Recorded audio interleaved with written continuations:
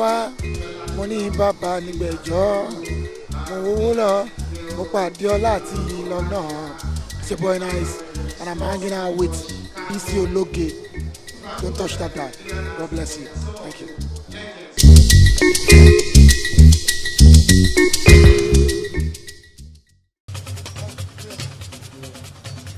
Mi ò lówó ní ṣáínà, mi ò lówó fọ páwọn débi pé wọ́n wá ní ṣáínà o.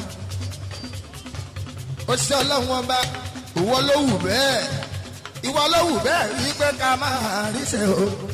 Ẹjọ́ ẹ̀dá yẹn máa rẹ̀ dápin, ẹni lárí máa dìbà o. Kò sẹ́ni tó mọ̀ honest, Olúwa ló mọ̀ honest.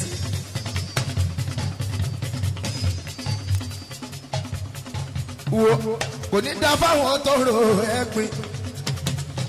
Ó pọ̀ àlàó ẹ̀kálà. Wo kò ní dá fáwọn tó ro nípìn o. 1 kilo pọ̀. Yóò bàyá yín máa dìbà. Ó pọ̀ 1 kilo. Sọ fún wọn bẹ́ẹ̀, sọ fún wọn bẹ́ẹ̀ pé kò ní dá fáwọn tó ro nípìn. Yóò bàyá yín máa dìbà o. Sọ fún wọn bẹ́ẹ̀ pé ojú yín sani yín yóò ṣe, ojú yín ni yóò ṣe sí wọn lò mọ́tò. Ojú yín ni yóò ṣe, ojú yín ni yóò ṣe ìmọ̀kọ́lé fún màmá mi o. Ojú yín ni sani yín yóò ṣe ìmọ̀kọ́lé fún bàbá mi o. Ojú yín sani yín yóò ṣe èmi náà ń wọ́n fowó ra máa ń sàn. Kò ní ká báwọn tó rò mí pin.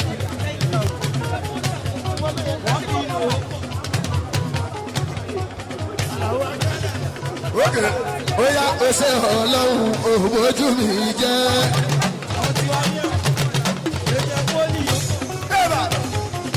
Ó ṣe ọlọ́run òbójú mi jẹ́. Obìnrin mi sọ̀tà lẹ́nu o. Obìnrin mi sọ̀tà lẹ́nu o.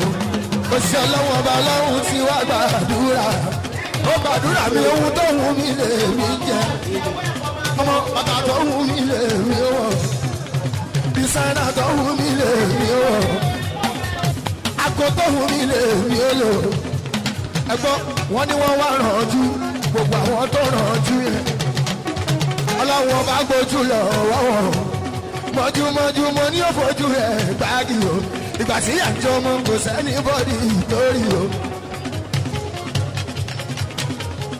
Ìgbà tí láṣọ wọn kò sẹ́ni bọ́dì tó fún ẹgbọ́n ta ló kù láṣọ.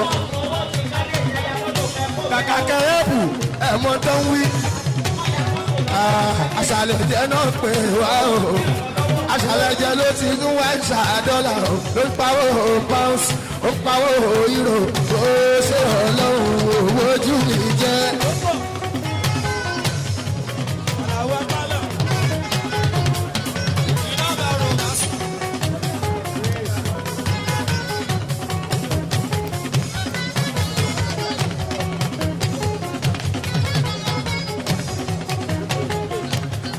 Ajagunba yèyé àti bàbá mo ní o ṣe ọlọ́run ojú mi jẹ́. Pẹ̀lú chief mrs Oyinkantola Bádéjọ Ajagunba oya ìgbà tí ẹnu pẹ́, ìgbà tí ẹnu pẹ́, ìgbà tí ẹnu pẹ́, ẹgbọ́n tà la rí òun ṣe àrí.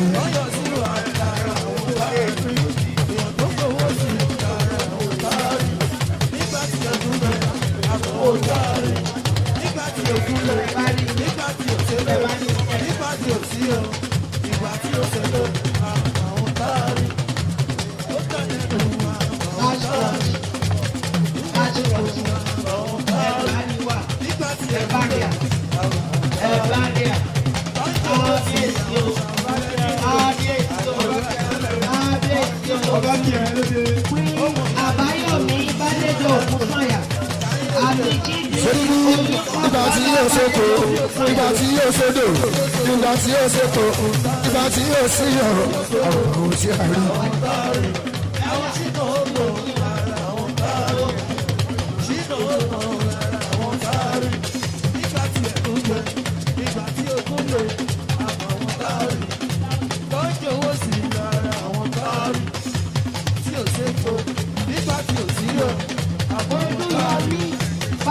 lọ. Thanks for watching this video. Please don't forget to click on subscribe button. Kindly comment and share. We drop new videos daily. Thank you. God bless you.